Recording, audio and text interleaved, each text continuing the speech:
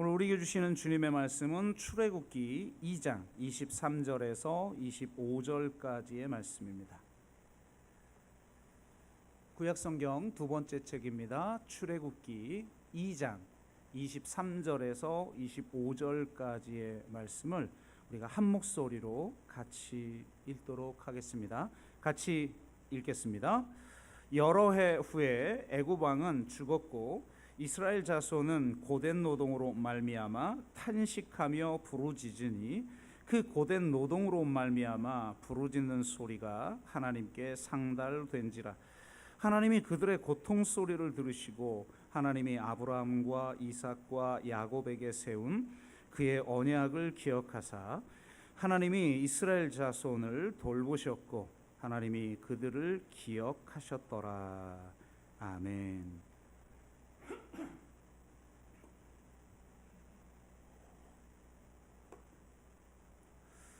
네, 마태복음 5장 37절 말씀은 이렇게 되어 있습니다. 오직 너희 말은 옳다 옳다 아니라 아니라 하라. 이에서 지나는 것은 악으로부터 나느니라.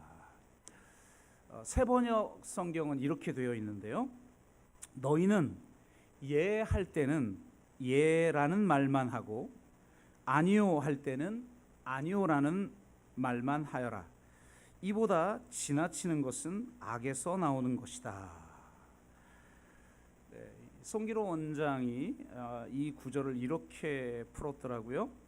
예하고 아니요 할 때 당신은 배반자가 된다. 아니요를 예라 하고 예를 아니요라 하면 당신은 위선자가 된다. 예와 아니요를 동시에 말하면 당신은 이중인격자가 된다. 예와 아니요를 거부하게 되면 당신은 기회주의자가 된다. 네, 굉장히 그럴싸한 말이죠.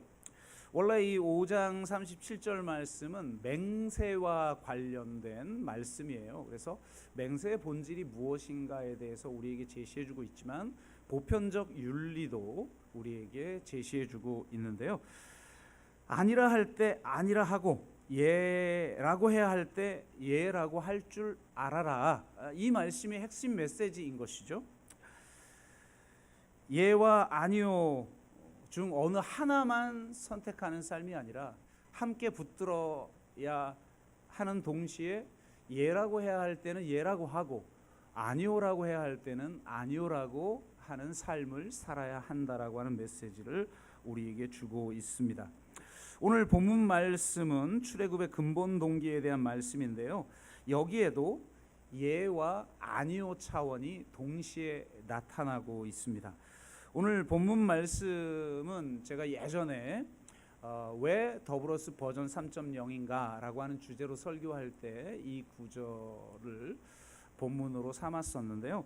오늘은 이 본문을 통해서 우리 삶에서 부정적 인식을 가지고 살아야 할 때와 긍정적 인식을 가지고 살 때가 언제인지를 한번 같이 나누기를 원합니다. 언제 아니요하고 언제 예해야 하는지, 아니요와 예라는 측면을 함께 붙들며 살아가되 예할 때는 예하고 아니요 할 때는 아니요 하는 삶이 어떠해야 하는지에 대해서 오늘 말씀을 함께 나누어 보도록 하겠습니다. 먼저 우리 삶 속에 이 아니요의 측면에 대해서 나누겠습니다. 그러니까 우리는 어떤 부정적인 인식을 가지고 노라고 말을 해야 할 때가 있다라는 겁니다. 지금의 세상은 긍정성의 과잉의 시대라 무조건 다 긍정적으로 바라보고 적극적 사고방식을 가지고 살아야 한다 이런 메시지를 주지만 그렇지 않다는 거죠. 예스 해야 할 때가 있지만 노라고 해야 할 때가 있다라는 거죠. 이것이 23절에 나타나는데요. 어떻게 보면 한국 교회가 잃어버린, 제가 종종 강조하는 이 구원론적 측면을 보여주고 있는 구절입니다. 한국 교회는 가해자의 죄를 용서하는 십자가의 능력만 이야기하지 피해자의 탄원을 신원하여 주시는 십자가의 그 능력을 외면하고 있다. 그런데 이 피해자의 탄원을 신원하는 이야기는 사실 성경 전체에 나타나고 있는 굉장히 중요한 구원론적 측면이에요. 자, 23절은 이렇게 돼 있죠. 여러 해 후에 애굽 왕은 죽었고 이스라엘 자손은 고된 노동으로 말미암아 탄식하며 부르짖으니 그 고된 노동으로 말미암아 부르짖는 소리가 하나님께 상달된지라. 그러니까 하나님은 항상 이렇게 억압받는 자들의 부르짖는 소리를 들으시는 하나님이라는 거예요. 이건 꼭 하나님의 백성만이 아니에요. 이 하나님의 피조물 전체의 부르짖는 소리를 들으시는 분입니다. 창세기에 나타난 대표적인 사건이 소돔과 고모라죠. 소돔과 고모라의 부르짖는 소리를 듣고 이게 정말 사실인지를 내가 확인하러 내려왔다, 이렇게 아브라함에게 이야기하잖아요. 그리고 사실이면 이 소돔과 고모라는 내가 심판할 것이다, 이렇게 말씀하시죠. 그러니까 이렇게 하나님은 히브리 노예들과 중다한 잡족들의 부르짖는 소리를 들으시고 그들을 애굽의 압제에서 해방하시죠. 제국의 압제에서 해방하여 그들을 가나안 땅으로 인도하여 그곳에 평등한 세상을 만들려고 하십니다. 이것이 갖는 구원론적 맥락을 우리가 이해하려면 매우 중요한 구절 하나를 우리가 붙들어야 되는데요. 예수님께서 화 있을진저라고 저주하시는 장면이 나오죠. 마태복음 23장에 화 있을진저 시리즈가 나옵니다. 하나님은 세상을 향해서 내 다 용서할게 이러기만 하지 않으세요. 주님은 화 있을진저라고 하면서 저주도 하시죠. 그런데 그 저주의 대상자들이 주로 바리새인들과 이제 사두개인들이었는데요. 이들에게 저주하는 말씀 중에 하나의 구절이 굉장히 중요한데 23장 35절이죠. 그러므로 의인 아벨의 피로부터 성전과 제단 사이에서 너희가 죽인 바가레아의 아들 사가랴의 피까지 땅 위에서 흘린 의로운 피가 다 너희에게 돌아가리라. 여러분, 여기서 말하는 아벨에서부터 사가랴라고 말했는데 이 두 사람은 어떤 사람입니까? 무고한 피를 흘린 자죠. 아벨은 히브리 성경의 첫 번째 책, 이 창세기예요. 그러니까 히브리 성경하고 지금 우리가 가지고 있는 성경하고 순서가 달라요. 이 나누는 것도 다르고, 우리는 네 가지로 나누지만 히브리 성경은 세 가지로 나누게 되고, 그리고 이 배열도 다릅니다. 첫 번째 책이 창세기인데 마지막 책이 우리는 말라기잖아요. 이건 70인경에서 이야기하는 순서고, 이 원래 히브리 성경은 마지막 책이 역대기입니다. 그리고 역대기는 역사서가 아니라 지혜서에 속한 그 성경이에요. 그래서 제일 마지막에 놓습니다. 자, 근데 바로 이 창세기 첫 번째 책의 첫 번째 희생자가 누구냐? 아벨이에요. 가인에 의해서 죽임당하죠. 그리고 히브리 성경의 마지막 책인 역대기에 나오는 마지막 희생자가 누구냐? 이 사가랴예요. 제단 사이에서 죽임을 당해요. 악한 왕에 의해서. 그러니까 예수님이 지금 아벨의 피부터 사가랴의 피라고 하는 건 최초의 인간 아닙니까? 가인 다음이니까, 아담 다음이니까 그 최초의 피해자서부터 예수님 시대까지의 성경의 마지막 피해자, 구약의 내러티브 안에서는 최초와 최후의 희생자, 그러니까 어떻게 보면 인류 전체의 무고한 자의 피를 대표하는 사람이죠. 이 피값이 너희에게 돌아갈 것이다, 이러면서 그들에게 화 있을진저라고 선포하시죠. 이 행위 자체가 바로 이 무고한 자들의 피의 탄원을 신원하여 주시는 말씀인 거죠. 그리고 십자가야말로 나의 하나님 어찌하여 나를 버리셨나이까 라고 울부짖을 수밖에 없는 이 세상의 수많은 무고한 자들의 그 핏소리, 그걸 하나님이 들으신다는 거예요. 이번 주에도 우리가 정말 참혹한 소식이 들려오지 않습니까? 가자 지구에서 정말 지금 어제 제가 충격적인 사진을 봤는데 가자 지구에 이제 지금 굶어 죽어가는 사람들이 어마어마하게 지금 발생하고 있잖아요. 그 중에 한 아이를 저는 그게 옛날에 그 이디오피아 난민 찍은 건 줄 알았더니 가자 어린이를 찍은 거더라고요. 지금 그렇게 죽어가고 있고, 그래서 그들에게 유엔에서 구호 물품을 나눠주는데 이스라엘군이 총을 쏴서 아이들이 막 죽어가는 이런 막 그 소식이 지금 들려오고 있는데 너무 참혹한데, 이 아이들의 핏소리, 그걸 들으신다는 거예요, 하나님. 그리고 반드시 그 핏값을 갚아주신다는 거예요. 그게 예수님이 십자가상에서 나의 하나님 나의 하나님 어찌하여 나를 버리셨나이까라고 외친, 그래서 이 모든 무고한 자들의 핏소리를 주님이 받으셨다라는 것을 십자가에서 보여주고 계시는 것이죠. 창세기에서 하나님은 가인에게 나타나서 이렇게 말씀하시죠. 내 아우의 핏소리가 땅에서부터 내게 호소하느니라. 그러니까 이처럼 아벨의 피는 하나님께 부르짖고 이 세상 모든 무고한 자들의 핏소리는 하나님께 부르짖고 있죠. 근데 그 부르짖는 소리를 주님은 들으신다는 거예요. 결코 하나님은 의로운 자의 고난과 죽음 그리고 무고한 자의 핏소리를 헛되게 하거나 절대로 잊히지 않게 하신다는 겁니다. 하나님은 그들의 부르짖음을 들으시고 신원하여 주시는 분입니다. 하나님은 피해자의 탄원을 들으시고 신원하여 주시는 정의의 하나님이신 것이죠. 그래서 하나님이 가인에게 묻습니다. 내 아우 아벨이 어디 있느냐? 가인이 이렇게 답하죠. 내가 내 아우를 지키는 자니까. 이것이야말로 인류가 공통적으로 범하는 죄의 외침인 것이죠. 상호 책임의 관계 속에 부름을 받았는데 나는 나 자신만 잘 살면 된다고 생각하고 이 땅에 부르짖고 있는 그 핏소리에 대한 책임을 외면하는 이 소리, 이것이 바로 죄인의 소리인 것이죠. 사실 가인은 아벨을 지키는 자로 부름받았습니다. 다스림은 섬김이며 맏아들의 사명은 아우를 지키는 자인 것이죠. 하지만 그는 그렇게 하지 않았어요. 박영우 교수는 이 창세기 전체 주제의 핵심이 창세기 44장에 나타난다고 봅니다.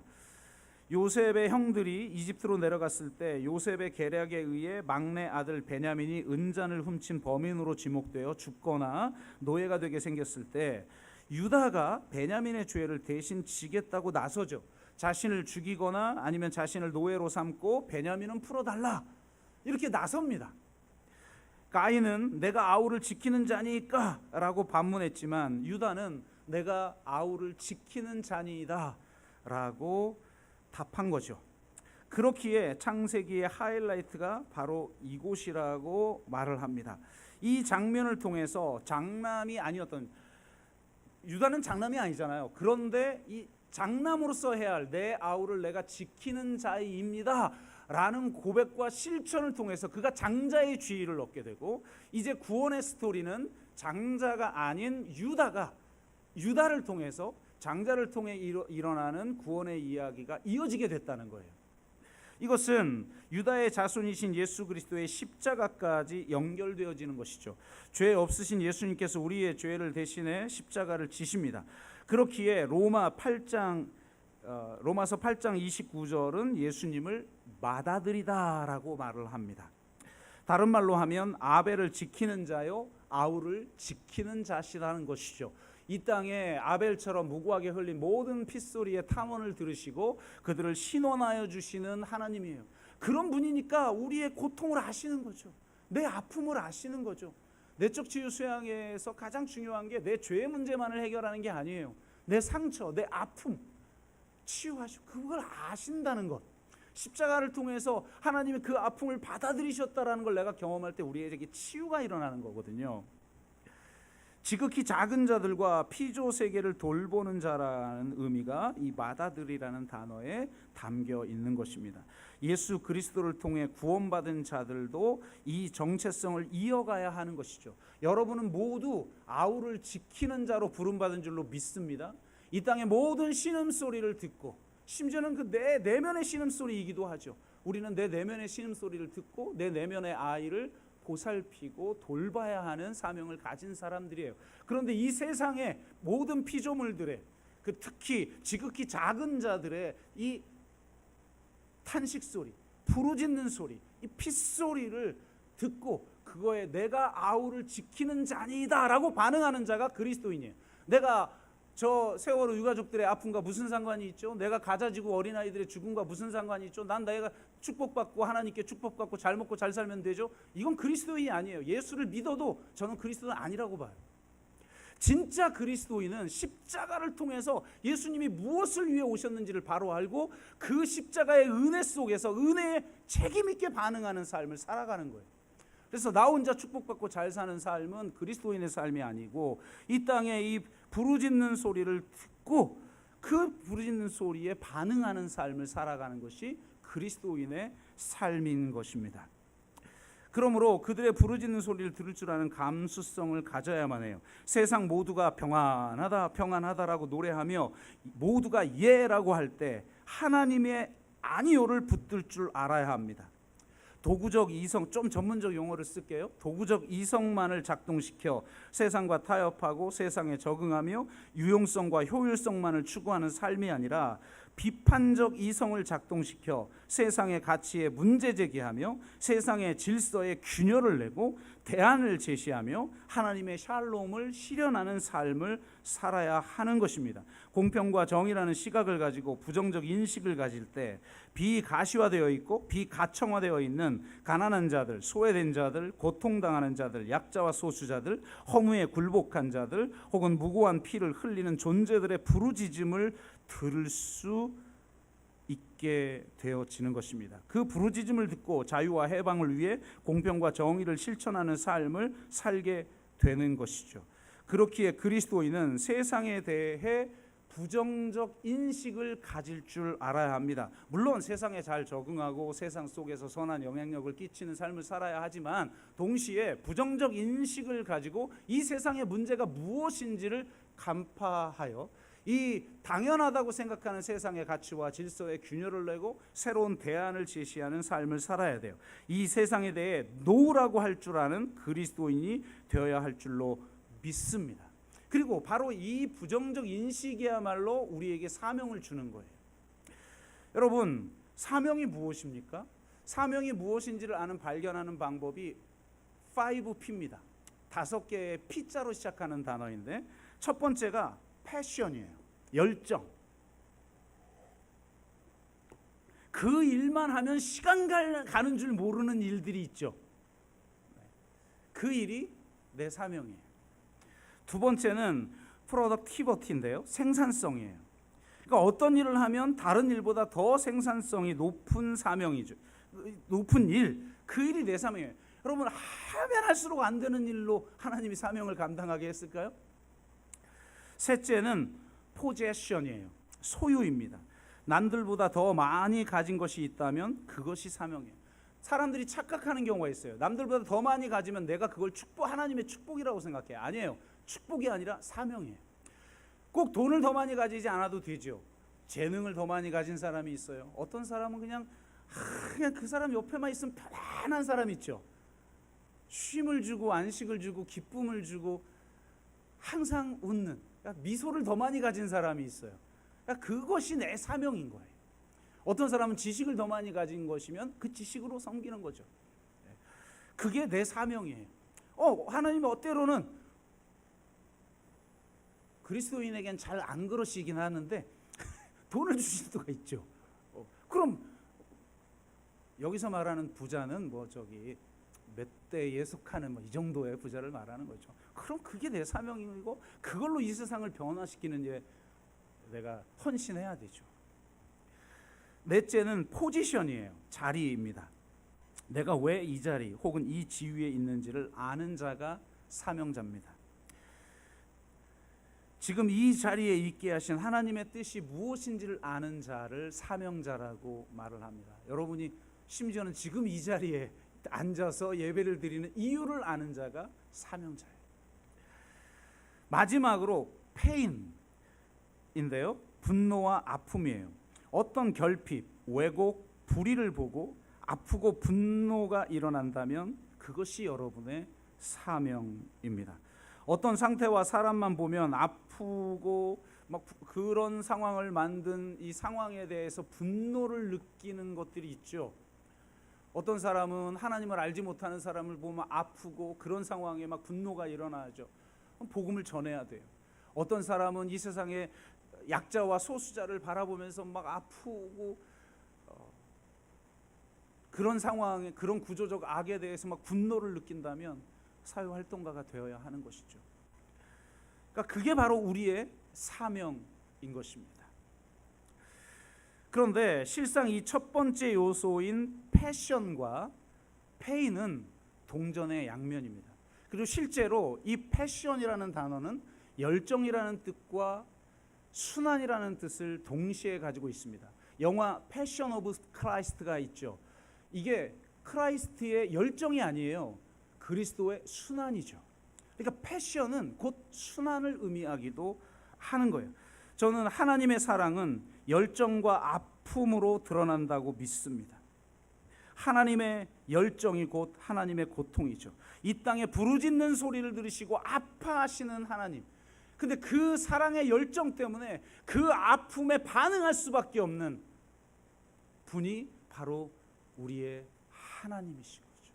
그래서 이 땅의 그 고통을 해결하기 위해서 친히 자신이 순환당할 수밖에 없는 하나님. 그러니까 이 패션은 열정 겸 순환인 거예요. 하나님의 열정은 하나님의 순환으로 드러나는 거예요. 열정 있는 사람 보십시오. 고난을 자처합니다. 이 세상의 아픔을 바라보면서 그걸 사명으로 여기는 자들 보십시오. 좁은 길을 갑니다. 그냥 하나님이 주시는 축복만을 누리는 사람이 사명자가 아니에요. 좁은 길로, 고난의 길로, 십자가의 길로 나아가는 거죠. 그리스도가 그러했던 것처럼. 하나님이 이처럼 이스라엘 백성들의 고통 소리, 부르짖는 소리를 들으시고 하감하셔서 그들을 그 애굽의 압제에서 해방하시기 위해서 모세를 부르신 거예요. 그러므로 우리는 이런 하나님을 아는 한 이 세상에 대해서 예스만 하는 게 아니라, 예스맨이 되는 게 아니라 노라고. 더 이상 이렇게 흘러가면 이 땅 망합니다. 더 이상 이렇게 흘러가면 소수 부자들은 잘 먹고 잘 살 수 있겠죠. 코로나 때 정말 우리가 충격받았던 게 그거잖아요. 어떤 연예인이 수영장에서 수영을 하고 있어요. 마스크도 안 끼고. 그러니까 사람들이 막 그걸 트위터에 올린 거예요. 사람들이 인스타그램에 난리가 났죠. 아니 어떻게 팬데믹 상황에서 마스크도 안 쓰고 수영을 하냐. 그랬더니 개인 수영장인데요. 레벨가 다르죠 우리랑. 세상이 망해가도 아무 문제가 없는 사람이 있을 수 있지만 가장 연약한 자들은 가장 먼저 책임도 없는 자일수록 가장 먼저 피해를 보는 이 세상을 향해서 노라고 말해야 되죠. 7월 달에 이게 전무후무한 폭염과 폭우가 막 번갈아 가면서 아예 우리의 기후가 바뀌어 버리는 이 상황 앞에서 이대로 가면 안 된다라고 노라고 말할 줄 아는 그리스도인이 되어야 할 줄로 믿습니다. 이게 바로 노할 때 노할 줄 아는 그리스도인의 삶이라고 할 수 있습니다. 다음은 예스라는 측면에 대해서 나누도록 합니다. 24절 25절 말씀은 이렇죠. 하나님이 그들의 고통 소리를 들으시고 하나님이 아브라함과 이삭과 야곱에게 세운 그의 언약을 기억하사 하나님이 이스라엘 자손을 돌보셨고 하나님이 그들을 기억하셨더라. 그러니까 하나님은 아브라함과의 이삭과 야곱과 세운 그 언약을 기억하시고 그 언약을 지키기 위해서 그들을 자유케 하신다는 거예요. 죄의 노예가 아닌 자유인으로서 구성된 하나님의 백성으로 하여금 온전히 하나님만을 예배하도록 하기 위해서 이스라엘을 구원하시겠다는 거예요. 그들을 통해 모든 민족과 열방을 축복하기 원하신다고 말씀하고 계십니다. 여러분, 이 출애굽의 성격을 우리가 좀 이해할 필요성이 있는데요. 제가 성경의 말씀은 구원의 내러티브다라고 말을 하면서 이 구원의 내러티브는 전에 한번 설교할 때 했던 말씀을 좀 축약시켜서 말을 하자면 연기가 필요한 드라마다. 그러니까 성경은 극본이고 그 극본을 가지고 내가 연기를 해야만 하는 드라마, 이게 성경의 말씀이다. 근데 그뿐만 아니라 이 드라마는 미완성 드라마 대본이다. 성경의 전체 대본은 완성이라는 막으로 끝나지만, 그러니까 요한계시록에 보면 새하늘 새 땅이 임하는 걸로 끝나잖아요. 그러나 교회 시대와 완성 사이에 상당한 간격과 공백이 존재하죠. 여러분, 주님이 승천하신 지 벌써 2000년 지났잖아요. 언제 오실지 모르잖아요. 앞으로 2000년 더 걸릴 수도 있죠. 그러니까 그 긴 공백 속에서 교회는 성경 속에 펼쳐지는 드라마에 백성들을 참여시키는 하나님으로부터 부름받은 공동체이기 때문에 이 미완성 대본을 완성하도록 우리를 부르셨다는 거예요. 중단하지도 않고 함부로 첨가하지도 않으면서 미완성 대본을 완성하는 방법은 즉흥 연기다라는 겁니다. 훈련된 전문 배우들은 연극의 나머지 부분을 즉흥적으로 연기해야 하죠. 즉흥 연기는 지금까지의 대본과 조화를, 그러니까 지금까지 스토리가 쫙 이렇게 진행되는데, 플롯이라는 게 그런 거잖아요. 어떤 특정한 플롯을 가지고 스토리가 이렇게 진행되는데 내가 갑자기 즉흥 연기를 한다고 그래놓고 이 흐름과 이 중심 주제와 아무 상관없는 그걸 갑자기 얘기하면 이거 완전히 망한 즉흥 연기죠. 그러니까 지금까지의 대본과 조화를 이루어야 되고 플롯 의도와도 일치해야 합니다. 그렇기 때문에 교회는 연극 대본을 상연하는 극단이다. 그러니까 여러분은 이 극단의 다 배우들인 줄로 믿습니다. 그러니까 성경의 스토리를 지금 이 시대에 맞게 즉흥 연기를 해야 돼요.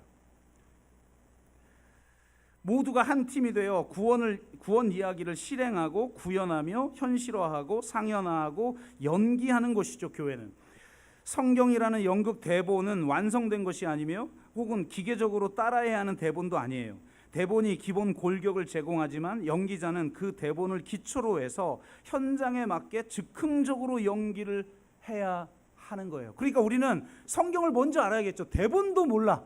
그럼 내가 어떻게 살아야 될지 모르죠. 그래서 성경을 모르면 그냥 대충 나 혼자 도덕적으로 그냥 사는, 세상에서 도덕적인 인간이다라고 말하는 그런 윤리, 도덕으로 살아가요. 그런데 기독교의 윤리는 특수해요. 그렇게 내가 세상에서 말하는 대로 그냥 도덕적이기만 하면 돼, 착하기만 하면 돼. No, 그게 그리스도인의 삶이 아니에요. 그리스도인은 성경에 있는 구원의 스토리를 대본 삼아 지금 이 시대의 과제 앞에서 그걸 즉흥 연기로 되살려야 되는 거예요. 그러니까 우리가 그러면 즉흥극을 할 줄 알아야 되겠죠? 잘 해야 되겠죠? 근데 저는 이번에 성경 말씀을 보다가 제가 새로 아직 발간은 안 됐지만 책 쓴 거에 보면 성경은 즉흥극 대본이다. 그걸 가지고 우리가 이제 즉흥 연기를 하는 것이다. 그럼 어떻게 이 시대에 맞게 연기를 할 것인가? 그 복음서를 가지고 좀 새로운 관점으로 책을 좀 이제 썼는데요. 원고는 이제 탈고를 했는데 제가 오늘 말씀을 준비하다가 성경의 스토리가 대본이고 우리는 즉흥 연기를 해야 되는 것만이 아니라 성경의 내러티브, 성경의 구원의 이야기의 주인공들이 있잖아요. 배우들이 있잖아요. 이 배우들도 사실은 그 시대에 맞게 즉흥 연기를 한 사람들이구나. 예를 들면 창세기에 아브라함과 이삭과 야곱을 통해서 세운 언약과 그 아브라함과 이삭과 야곱을 통해 행하신 하나님의 구원 이야기를 지금 출애굽이라고 하는 상황에 맞게 즉흥 연기를 하도록 모세가 부름받았다는 거예요. 아멘? 그게 내가 아브라함과 이삭과 야곱에게 세운 그 언약을 내가 기억했다라는 말의 의미예요. 그 언약을 이제 네가 이 출애굽이라는 상황에서 적용해야 돼. 즉흥 연기를 해야 돼. 근데 기본적인 것은 제시하죠. 주님이. 이 부르짖은 소리를 내가 들었기 때문에 이들을 애굽에서 건져낼 거야. 그리고 아브라함에게 약속했던 그 약속의 땅으로 너희들을 인도해서 그곳에 새로운 나라를 세울 거야 라고 모세에게 제시합니다. 기본 틀을. 그러면 모세는 이 기본 틀을 가지고 이 출애굽이라고 하는 상황에 즉흥 연기를 해야 되는 거죠. 믿음으로 반응을 하며 새로운 이야기를 써가야 되는 거예요. 그러니까 그렇게 즉흥 연기를 하도록 부름을 받은 거죠, 모세는. 그러면 이 즉흥 연기에서 가장 중요한 요소가 뭘까? 이걸 우리가 오늘 한 가지만 좀 짚고 넘어가자는 겁니다.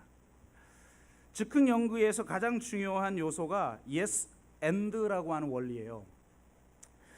이걸 이해하기 위해서 제가 세컨드 시티라고 하는 즉흥극 극단에서 말하는 즉흥극의 원리에 대해서 나눌 텐데, 이 세컨드 시티라고 하는 회사, 이 극단이 있어요. 이 즉흥극을 하는 극단이에요. 근데 이 극단이 재밌는 건 뭐냐면 이 극단에 매년 400개의 기업이 컨설팅과 교육을 의뢰한다는 거예요. 이게 말이 안 되잖아요. 기업은 사업하는 곳이고 극단은 연극하는 곳이잖아요. 연기를 하는 곳이잖아요. 근데 왜 기업들이 이들에게 컨설팅을 의뢰하고 교육을 받을까요? 그리고 놀라운 변화가 일어나요. 가만히 생각해 보면 사업과 노동과 경영의 현장이야말로 즉흥극이 필요한 곳 아니겠어요? 예측 불가능한 상황과 수많은 변화가 시시각각 몰려올 때 그 상황과 변화에 맞게 실시간적으로 즉흥적으로 반응을 해야 하는 곳이 바로 사업, 노동, 경영의 현장이죠. 그렇지 않습니까? 경영해 보는 분들, 목회도 마찬가지거든요. 아니, 목회뿐만 아니에요. 가정도 그렇죠. 아이고, 애들이 어렸을 때는 아이고, 애들 교육 언제 끝나나, 자 크면 문제 없겠지. 아이고, 뭘 크면 문제가 없어요. 성인이 돼도 새로운 문제가 발생을 해요. 그럼 거기에 맞게 우리가 즉흥 연기를 해야 돼요. 아이고, 그럼 결혼하면 끝일 줄 알았더니 결혼해도 문제네. 계속 거기에 맞게, 부부는 또 부부의 생애 주기에 맞게 새로운 과제들 앞에서 서로 막 대화하고 그 과제를 해결해야 되는 즉흥 연기를 해야 되는 거예요. 그런데 사업장은 어떻게 했어요? 그러니까 기업들이 시시각각 다가오는 그 즉흥 연기를 해야 하는 상황을 어떻게 해야 될지 모르니까 이 즉흥 극단, 근데 이 극단의 자회사 안에는 이 전문가들, 경영 전문가들, 마케팅 전문가들까지, 그런데 연극을 이해하는, 즉흥극을 이해하는 사람들이 포진해 있는 거예요. 그래서 여기서 제시하는 즉흥극의 7가지 원리가 있는데 시간상 7가지는 다 못할 것 같아요. 그러니까 첫 번째 것만 이야기해요. 가장 중요한 거, 7개 중에 이 첫 번째가, 이게 안 되면 나머지도 안 되는, 가장 중요한 게 뭐냐, 예스로 받고 엔드로 돌려줘라 하는 거예요. 예를 들면 이런 겁니다. 무대 위에 두 사람이 올라가요. 어떤 대본도 주어지지 않아요. 첫 번째 사람이 한 말을 받아서 즉흥적으로 스토리를 만들어 가야 돼요. 재즈 연주하고 비슷한 거죠. 한 배우가 이렇게 말합니다. 꼼짝마! 난 총을 가지고 있어. 한 사람이 이렇게 연기했다고 쳐요. 그럼 여러분 어떻게 해야 되죠? 반대편 배우가 이렇게 반응한다고 생각해 보세요. 그게 무슨 총이야? 네 손가락이지. 꼭 이렇게 말하는 사람들이 있거든요. 말꼬리 잡거나 사실 분석을 하거나 논리 분석을 하거나, 이러면 즉흥력 연기가 안 되는 거예요. 어떻게 해야 되느냐? 상대가 한 대사와 상황을 그대로 인정하고 받아들여야 돼요. 상대가 무슨 소리를 하든, 처음에는 기억 소리처럼 들려도, 도구 보이스로 들려도 있는 그대로, 왜 저런 말을 하지? 쓸데없는 소리 하고 있어? 이게 아니에요. 있는 그대로 그냥 받아 앉는 거예요. 이게 예스예요. 그리고 나서 거기에 새로운 걸 덧붙이는 거죠. 이게 엔드예요. 예스로 받고 엔드로 돌려줘라. 그러니까 상대가 꼼짝마, 난 총을 갖고 있어. 그러면 숙달된 즉흥극 연기자는 이렇게 반응하는 거죠. 아니, 그 총은 내가 크리스마스 선물로 준 거잖아. 나쁜 자식. 그러니까 내가 준 선물, 그걸로 나를 지금 겨누고 있는 상황이 되는 거죠. 그러니까 새로운 상황이 지금 연출이 탁 되죠. 그럼 그 새로운 상황에 예스로 다시 상대는 받는 거예요. 네가 언제 줬어? 이러면 끝나는 거예요. 예스로 받고 엔드로 돌려줘라. 어떤 배우가 무대에서 아이디어를 제시하면 다른 배우들이 그 아이디어에 동의한 뒤 그걸 바탕으로 자기만의 이야기를 만들어가는 것이요. 이처럼 상대를 긍정하고 더 발전시키고 장면을 탐색하고 또 고조시키는 것, 이게 yes and의 원리라는 거예요. 이거는 부부관계도 마찬가지고 어떤 경우도 마찬가지예요. 여러분, 우리 일상을 한번 돌아보세요. 즉흥극이 필요한 상황에 수도 없이 마주하죠. 즉 예측 불가능한 상황과 그 수많은 변화 앞에서 우리는 어떻게 반응합니까? 대부분은 no 벗의 원리로 반응합니다. 두려움에 빠져 변화를 거부하고 예측 불가능한 상황을 통제하려 하죠. 변화하려는 상황과 상대의 제안을 부정적으로 바라봐요. 먼저 노부터 합니다. 그건 아니야. 너. 그러고 나서 그에 대해 불가능한 이유와 문제점을 지적하기 바쁘죠. But. 그러나 이래서 안 되는 거야, 그건. 가정, 일터, 교회, 사회에서 우리는 수도 없이 이런 걸 경험합니다. 저도 목회하면서 참 많이 경험했던 것 같아요. 하나님이 주시는 새로운 비전을 품고 그 비전대로 나아가려고 하면 항상 no, but 으로 반응하는 사람들이 있어요. 아닌 것 같아요, 그건. 이래서 but 이래서 안 돼요. 이래서 뭐 문제예요. 근데 믿음의 사람과 비전의 사람은 yes and로 반응을 합니다. 정해진 프로세스나 통제를 중요하게 여기기보다 우리를 예상치 못한 곳으로 이끄시는 하나님을 절대적으로 신뢰하며 하나님의 그 제안에 yes and로 반응하는 거죠. 여러분, 모세를 한번 보세요. 하나님의 놀라운 부르심이 있어요. 40년 가까이 미디안 광야에서 무명의 삶을 살고 있던 그 모세에게 호렙산에서 나타나십니다. 그러면서 놀라운 얘기를 하셔요. 야, 내가 이스라엘 백성들을 애굽에서 건져내어 저 가나안 땅으로 인도할 거야.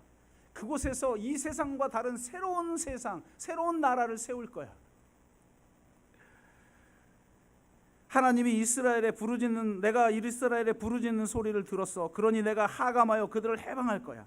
또한 내가 아브라함과의 언약을 기억했어. 그러므로 그들을 해방하여 젖과 꿀이 흐르는 땅으로 인도하여 낼 거야. 이런 놀라운 얘기를 듣고 여러분, 모세가 어떻게 반응했습니까? Yes and로 반응했어요. 하나님, 그래요? 도저히 내가 지금 이건 말도 안 되는 것 같지만 yes. 그러면 and로 돌려야 되죠. 그럼 제가 무엇을 할까요? 이렇게 하면 될까요? 이게 yes and의 사람이죠. 그런데 모세는 이미 될통당하고 무명의 시간을 살다가 보니까 하나님이 나타나 놀라운 비전을 주시고 너를 이 주인공의, 이 즉흥극의 주인공으로 삼을 거야. 주연 배우로 삼을 거야. 물론 주연급 배우들이 많이 있겠지만 그 중에서도 최고의 주연급 배우로 너를 내가 사용할 거야 라고 그를 부르시는데 모세는 뭐라고 말합니까? No, but. No, 하나님, 이건 말도 안 되는 계획이에요. 우리는 강력한 대제국의 힘없는 노예들이에요.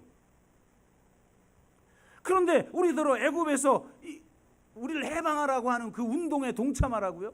다 죽을 일 있습니까?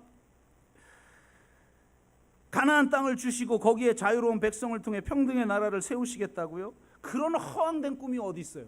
인류 역사상 노예들이 해방되어 새로운 나라를 세운 이 사례가 존재한가요? 지금도 존재하지 않죠. 이 출애굽 사건 외에 역사상.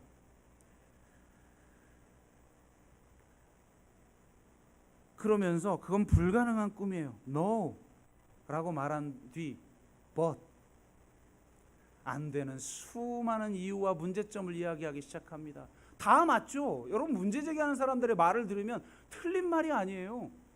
다 맞는 것 같은 소리를 하죠. 모세는 뭐라고 말해요? 하나님, 내가 가서 이런 얘기를 하면 그들이 나를 믿지 아니하며 내 말을 듣지도 아니하고 이르기를 여호와께서 너에게 나타나지 아니하셨다 할 겁니다. 무슨 말이에요? 객관적인 정황. 하나님, 안 되게 돼 있어요. 하나님, 제가 버전 3.0 아무리 부르짖어도 여기 그냥 다 흘리는 사람일걸요, 대부분? 너무 사실대로 말했나? 그건 소수 헌신하는 사람들의 이야기겠죠. 그건 나와는 상관없어요. 난 관심도 없어요. 다 이럴걸요? 그리고 정말 하나님께 받은 비전 맞나? 이럴걸요? 라고 말을 하는 거예요. 객관적 상황을 늘어놓는 거죠. 하나님 안 됩니다. 아니, 객관적 상황만 말하고 있는 게 아니에요. 모세는 뭐라고 말을 합니까? 오 주여, 나는 본래 말을 하지 못하는 자입니다. 주께서 주의 종에게 명령하신 후에도 역시 그러하니 나는 입이 뻣뻣하고 혀가 둔한 자입니다. 주관적 상황. 저도 그렇죠. 하나님 버전 3.0이라뇨. 우리에게 도여 있어요. 이건 객관적 상황이지만 하나님 제 능력이 안 돼요. 진짜 목사답게 사랑이 풍부하지도 않고, 그렇다고 우리 성도들에게 맨날 그냥 힘들게 이 더운 사회에 왔는데 이런 어려운 얘기나 했었고, 좀 편안하고 쉽고 재밌는 얘기를 통해서 은혜 받고 좀 힘을 얻어서 돌아가면 좋을 텐데 그것도 할 줄도 모르죠. 하나님 안 됩니다. 이거는 이렇게 되는 거예요. No but.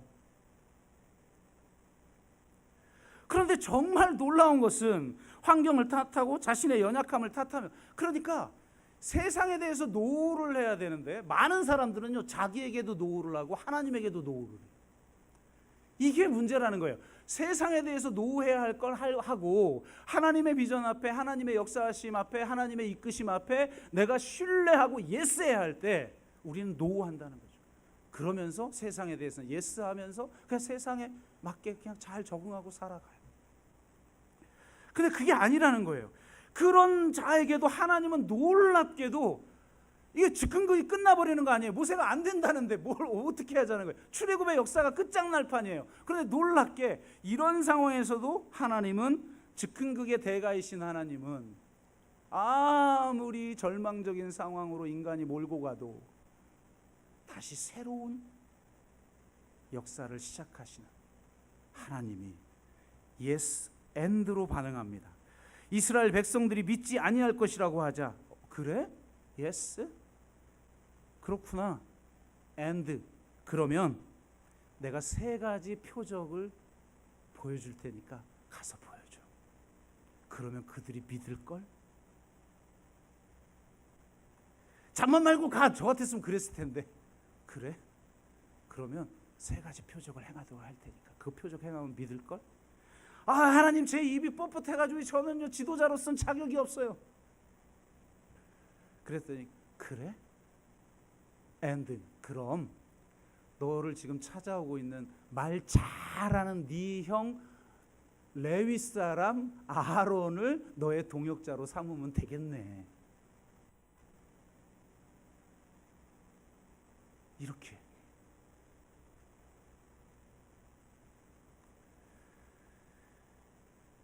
no but으로 반응하는 모세의 이 반응. 그래서 이 즉흥극이 끝장나 버릴 수도 있는 하나님의 놀라운 구원의 역사가 실현되지 못할 이 위기 상황에서도 하나님은 yes and로 반응한다는 거예요.